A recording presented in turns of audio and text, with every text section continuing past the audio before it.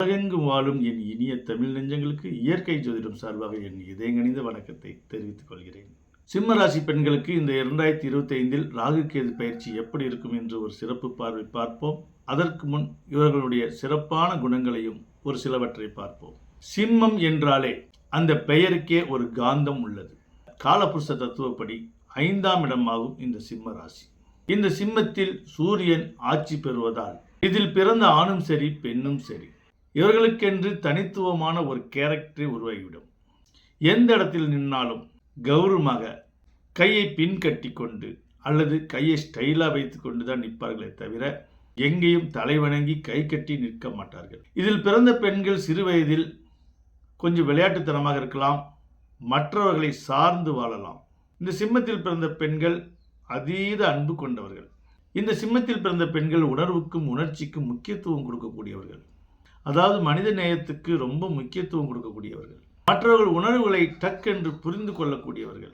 அதனால என்னவோ மற்றவர்களுக்கு மேல் இந்த சிம்மத்தில் பிறந்தவர்கள் அதீத நம்பிக்கை வைத்து விடுவார்கள். எதையும் நேசிக்கும் தன்மை கொண்டவர்கள். நேசிப்பு தன்மையே இவர்களுடைய பின் வாழ்க்கையில் மிகப்பெரிய ஒரு பிரச்சனையை ஏற்படுத்தும். மற்றவர்களுடைய உணர்வுகளுக்கு இடம் கொடுப்பவர்கள் அத்தனை பேருமே பாதிக்கப்படக்கூடியவர்கள் தான். அதில் இந்த சிம்மத்தில் பிறந்தவர்கள் முதலிடமாக இருப்பார்கள். இந்த சிம்ம ராசியில் 3 நட்சத்திரங்கள் அடங்கியுள்ளன. மக நட்சத்திரம் 1 முதல் 4ஆம் பாதமும், பூர நட்சத்திரம் 1 முதல் 4ஆம் பாதமும், உத்திர நட்சத்திரம் 1ஆம் பாதமும் அடங்கியுள்ளது. இந்த மக நட்சத்திரத்தில் பிறந்த பெண்கள் மகா புத்திசாலிகள் என்று சொல்லலாம். இவர்கள் வாழ்வில் எண்ணற்ற சோதனைகள் வரும். அந்த சோதனைகளை பின் வாழ்க்கையில் சாதனையாக மாற்றக்கூடிய வல்லமை கொண்டவர்கள் இந்த மகம் நட்சத்திரத்தில் பிறந்த பெண்கள். இவர்கள் வாழ்வில் பல தருணத்தில் பல விரக்திகளை சந்திக்க நேரிடும். இவர்கள் யாரை நம்புகிறார்களோ அவர்கள் மூலமாகவே பல விரக்திகளை சந்திக்க நேரிடும். இவர்கள் எளிதில் யாரையும் நம்பிவிடுவார்கள். ஆனால் அதுவே இவர்களுக்கு அனுபவமாக ஃபியூச்சரில் எந்த ஒரு விஷயத்தையும் எப்படி செய்ய வேண்டும் என பல விஷயங்களை கற்றுக்கொள்வார்கள். இந்த மக நட்சத்திரத்தில் பிறந்தவர்களுக்கு தந்தையால் ஒரு பிரயோஜனமும் இருக்காது. இந்த மக நட்சத்திரத்தில் பிறந்த பெண்கள் பிறப்பதற்கு முன் தந்தை ஓரளவுக்கு செல்வ செழிப்பாக இருந்தாலும் இவர்கள் வளர வளர அவருடைய செல்வ செழிப்பெல்லாம் வீழ்ச்சியாகிவிடும். இவர்கள் வளர்ந்த பிறகு தந்தைக்கு விசுவாசமாக எண்ணற்ற உதவிகளை செய்வார்கள். இந்த மகன் நட்சத்திரம் கேதுவின் ஆதிக்கம் கொண்டது. சிறு வயது முதல் இவர்களுக்கு பல விரக்திகளை சந்தித்து குறிப்பிட்ட வயதுக்கு மேல் நல்ல வளர்ச்சியும் மன அமைதியான சூழ்நிலையும் இயற்கையே இவர்களுக்கு அளித்துவிடும்.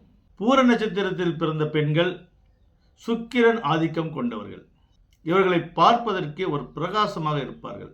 இவர்கள் கண்களை மட்டும் யாரும் பார்த்து பேசக்கூடாது. ஏனென்றால் இவர்கள் கண்கள் காந்த சொரூப கண்கள். இந்த பூர நட்சத்திரத்தில் பிறந்த பெண்களுக்கு பிறப்பதற்கு முன் தந்தை ஏழையாக இருந்தாலும் இவர்கள் வளர வளர இவர்களுடைய குடும்பமும் வளர்ச்சி அடையும். அதேபோல் புகுந்த வீடும் இவர்கள் காலடி எடுத்து வைத்தவுடன் நல்ல வளர்ச்சி பெறும்.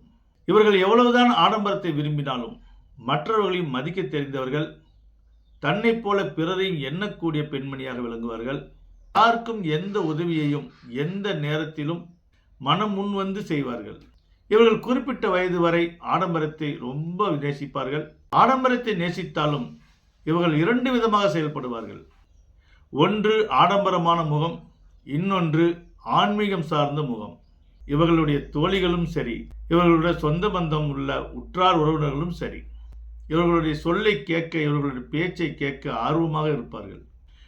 மற்றவர்களுக்கு எவ்வளவு சோகம் இருந்தாலும் இவர்களுடைய பேச்சை கேட்டால் அவர்களுக்கு மன நிம்மதியை கொடுக்கும். அந்த அளவுக்கு இந்த பூர நட்சத்திரத்தின் பெண்கள் சொல்கள் அத்தனையும் தத்துவமாகவும் வசீகரத்தன்மையாகவும் மற்றவர்களுக்கு நல்ல ஒரு ஊக்கமளிப்பதாகவும் இருக்கும். இவர்களிடம் உள்ள ஒரே மைனஸ் என்னவென்றால் மற்றவர்களிடமிருந்து எந்த ஒரு விஷயத்தையும் எதிர்பார்க்காமல் தன்னிடம் இருந்தால் அதை மிகையாக மற்றவர்களுக்கு கொடுக்க செய்வார்கள். தாராளமாக இருப்பதே இன்னைக்கு மைனஸ் ஆகிவிட்டது. பொதுவாக ஒவ்வொரு குழந்தைக்கும் தாராளமாக இரு என்று தான் சொல்லிக் கொடுப்பார்கள். ஆனால் இந்த குழந்தை பிறப்பு முதல் இறப்பு வரை அனைவரிடமும் தாராளமாகவே பழகும், தாராளமாகவே எதையும் கொடுக்கும். அதே போல் இவர்களுக்கு கொடுக்க கொடுக்க இறைவன் ஏதோ ஒரு வழியில் மெக்காவில் உள்ள ஜம்ஜம் தண்ணி போல மீண்டும் மீண்டும் ஊறிக்கொண்டே இருக்கும். இவர்களுக்கு அள்ளி கொடுத்து கொடுத்து சிவந்த கை என்றால் அது பூர நட்சத்திர பெண்களின் கைகள் தான். இந்த உத்திர நட்சத்திரத்தில் பிறந்த பெண்கள் ஆண்களுக்கு ஈடானவர்கள். எந்த விஷயத்திலும் சளைக்க மாட்டார்கள். எவ்வளவு பெரிய சோகமான விஷயத்திலும் சோர்ந்து போக மாட்டார்கள். வியாபார வேந்தர்கள் என்று இவர்களை சொல்லலாம். தொழில் அதிபர்கள் என்று சொல்லலாம். ஒரு சிறிய தொழிலை கூட அதை எப்படி டெக்னிசமாக செய்ய வேண்டும், அதை எப்படி கையாளுவது என்று இவர்களுக்கு இயற்கையே கற்றுக் கொடுத்துவிடும். இவர்களை சுற்றி எப்பொழுதும் நண்பர்கள் இருந்து கொண்டே இருப்பார்கள். இந்த உத்திரம் நட்சத்திரத்தில் பிறந்த பெண்கள் சிலர் ஏழையாக இருந்தாலும் இவர்களை முதலாளி அம்மா என்றுதான் மற்றவர்கள் அழைப்பார்கள். ஏனென்றால் இவர்கள் தோற்றமே ஒரு முதலாளி போல தான் இருக்கும். கந்தையானாலும் கசக்கி கற்று என்ற பழமொழி போல இவர்கள் எப்பொழுதும் நீட்னஸாக இருப்பார்கள். ஒரு வெறப்பாக, ஒரு ஸ்டிப்பாக இருப்பார்கள்.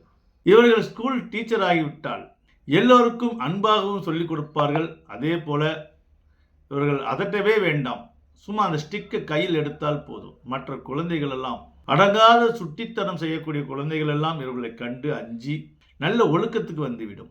இவர்கள் வெளியில் மட்டுமல்ல, தன்னுடைய குடும்பத்திலும் ஒரு ஸ்ட்ரிக்டாகத்தான் இருப்பார்கள். இது உண்மையா இல்லையா என்று நீங்கள் தான் கமெண்ட்ல சொல்லணும். ஆக மொத்தம் சிம்மத்தில் பிறந்த பெண்கள் ஒரு யதார்த்தவாதிகள். இவர்களுக்கு சுயநலம் இருக்கும், ஆனாலும் பொதுநலத்தில் இவர்கள் மனம் விரும்பி செய்வார்கள். சிம்மத்தில் பிறந்த பெண்கள் 2 முகம் கொண்டவர்கள். ஒரு முகம் தனக்கு மிஞ்சிய தானம் என்ற பழமொழியும் இவர்களிடம் இருக்கும். இன்னொரு முகம் மற்றவர்களுக்கு தன்னிடம் உள்ள எதாக இருந்தாலும் சரி வாரி கொடுக்கக்கூடிய தாராள மனப்பான்மை கொண்ட பெண்மணியாக விளங்கக்கூடியவர்கள் இந்த சிம்மத்தில் பிறந்த பெண்கள். அப்படிப்பட்ட சிம்மத்தில் பிறந்த பெண்களுக்கு இந்த 2025 மே மாதம் 18ஆம் தேதிக்கு மேல் ராகு கேது பயிற்சி ஆக இருக்கிறது. உங்களுடைய குடும்பஸ்தானமான 2ஆம் இடத்தில் இருக்கக்கூடிய கேது பகவான் உங்களுடைய ஜென்ம ராசிக்கு வர இருக்கிறார். உங்கள் 8ஆம் இடத்தில் சஞ்சரித்துக் கொண்டிருக்கிற ராகு பகவான் உங்களுடைய 7ஆம் இடத்துக்கு வர இருக்கிறார். ஜென்ம ராசியில் கேது பகவான் சஞ்சரிக்கும் காலம் மிகவும் கொடிய காலம் என்று நீங்கள் தெரிந்து கொள்ள வேண்டும். கேது பகவான் ஜென்ம ராசியில் சஞ்சரிக்கும் போது வாழ்க்கையே என்னவென்று புரிய வைப்பார்.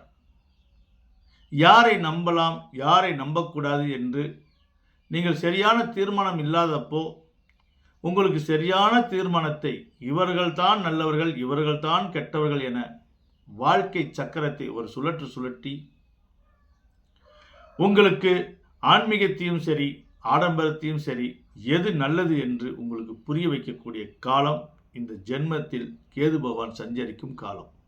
அதே நேரத்தில் 7ஆம் இடத்தில் ராகு பகவான் சஞ்சரித்துக் கொண்டிருப்பார். ராகு பகவான் 7ஆம் இடத்தில் சஞ்சரிக்கும் பொழுது திருமணம் ஆகாதவர்களுக்கெல்லாம் திருமணம் ஆகும். ரொம்ப நாளாக திருமணம் ஆகாமல் இருப்பவர்களுக்கு இந்த காலகட்டத்தில் திருமணம் ஆகும். இந்த நேரத்தில் எப்படி திருமணம் செய்ய வேண்டும் என்றால் அதற்கு இயற்கை ஜோதிடம் வருமுன் காப்போம் திட்டம் என்று ஒன்று அறிவித்திருக்கிறது. அவரவர் திருமண நாட்களை எப்படி அமைத்துக் கொள்ள வேண்டும், இதை பல பதிவில் பல விளக்கமாக எடுத்து உரைத்திருக்கிறோம். அந்த பதிவுகள் எல்லாம் நீங்கள் பார்த்திருக்கலாம் அல்லது பார்க்காமல் இருக்கலாம். இந்த பதிவில் சில விஷயங்களை தெரிந்து கொள்ளுங்கள். பொத்தம்பதுவாக திருமண நாட்களை அமைத்துக் கொள்ளக்கூடாது. அவரவர் கிரக நிலைக்குப்படி, அதாவது ஒரு ஆணுடைய கிரக நிலைப்படியும் ஒரு பெண்ணுடைய கிரக நிலைக்குப்படியும் ஒத்த நாளாக அந்த நாட்களில் திருமணம் செய்து கொள்ள வேண்டும். பொதுவாக ஒரு திருமண நாட்கள் என்பது ஒரு ஆணும் பெண்ணும் 10 வருடமாக 20 வருடமாக காதலித்திருந்தாலும் என்னைக்கு திருமணம் என்ற ஸ்டேஜை அடைகிறார்களோ அந்த நாட்கள் அவர்களுக்கு மிக சரியாக அமைய வேண்டும். அந்த நாட்கள் ஒரு பெண்ணுக்கு சாதகமாக அமைந்து ஒரு ஆணுக்கு சாதகமாக இல்லை என்றால் அன்று முதல் அந்த ஆணுடைய உணர்வை இந்த பெண் புரிந்து கொள்ள முடியாமல் போய்விடுகிறது. அதே போல் ஒரு ஆணுக்கு சாதகமாக அமைந்து அந்த பெண்ணுக்கு அந்த நாட்கள் சாதகமாக அமையவில்லை என்றால் அந்த ஆண் 10 வருடமாக இந்த பெண்ணை காதலித்திருந்தாலும் அன்று முதல் இவருடைய உணர்வுகளை புரிந்து கொள்ள முடியாமல் போய்விடும். அதனால தான் உயிருக்கு உயிராக காதலித்தவர்கள் கூட மனக்கசப்பால் விவாகரத்தை தழுவுகிறார்கள். இந்த இயற்கை ஜோதிடத்தின் ஸ்பெஷாலிட்டியே என்னவென்றால் ஏதோ ராசி பலன் போடுவது என்று இல்லாமல் மக்களுக்கு ஒரு விழிப்புணர்வை கொடுப்பதற்காகவே இந்த இயற்கை ஜோதிடம் வந்திருக்கிறது. ஜோதிடத்தில் ஒரு புரட்சியை கண்டிருக்கிறது. இதை சரியாக மக்கள் புரிந்து கொள்ளும் போது இது கின்னஸ் சாதனையை படைக்கும். மக்களுக்கு தெள்ள தெளிவாக எடுத்து உரைக்கிறோம். ஒவ்வொரு ராசி பலனிலும் வருமுன் காப்போம் திட்டம் என இயற்கை ஜோதிடத்தில் அறிவித்திருக்கிறோம். இதுவரை எந்த ஜோதிடத்துறையிலும் எந்த மகான்களும் அதை அறிவிக்கவில்லை. ஒரு விஷயம் நமக்கு தோல்வி அடைந்த பிறகு பரிகாரம் பூஜை என இறங்குவதை விட வருமுன் காப்போம் திட்டத்தில் நீங்கள் இணைந்து எந்த ஒரு செயலையும் முன்கூட்டியே நீங்கள் எச்சரிக்கையோடு செயல்படுவதால் பல விஷயங்களை நீங்கள் தற்காத்து கொள்ள முடியும். முக்கியமாக திருமண பந்தத்தில் விவாகரத்து ஆகாமல் பார்த்து கொள்ள முடியும். மிகப்பெரிய இன்சிடென்ட்டுகள், மிகப்பெரிய ஆக்சிடென்ட்கள் எல்லாம் தவிர்க்க முடியும். அது மட்டுமில்லை, மிகப்பெரிய ஒரு ரகசியம் என்னவென்றால் அவரவர்களுக்கு இறைவன் கொடுத்த பூர்ணமான ஆயுளை நாம் அனுபவிக்க முடியும். பாலாரிஷ்டம் என்றால் 8 வயது முதல், அற்ப ஆயுள் என்றால் 32 வயது வரை, மத்தியம ஆயுள் என்றால் 62 வயது வரை, தீர்க்க ஆயுள் என்றால் 72 வயது வரை, பூர்ண ஆயுள் என்றால் 72க்கு மேல 100 120 வயது வரை. இந்த இயற்கை ஜோதிடத்துடைய சாதனை என்னவென்றால், பிறந்த நாள் முதல் 8 வயது வரை பாலாரிஷ்டம்.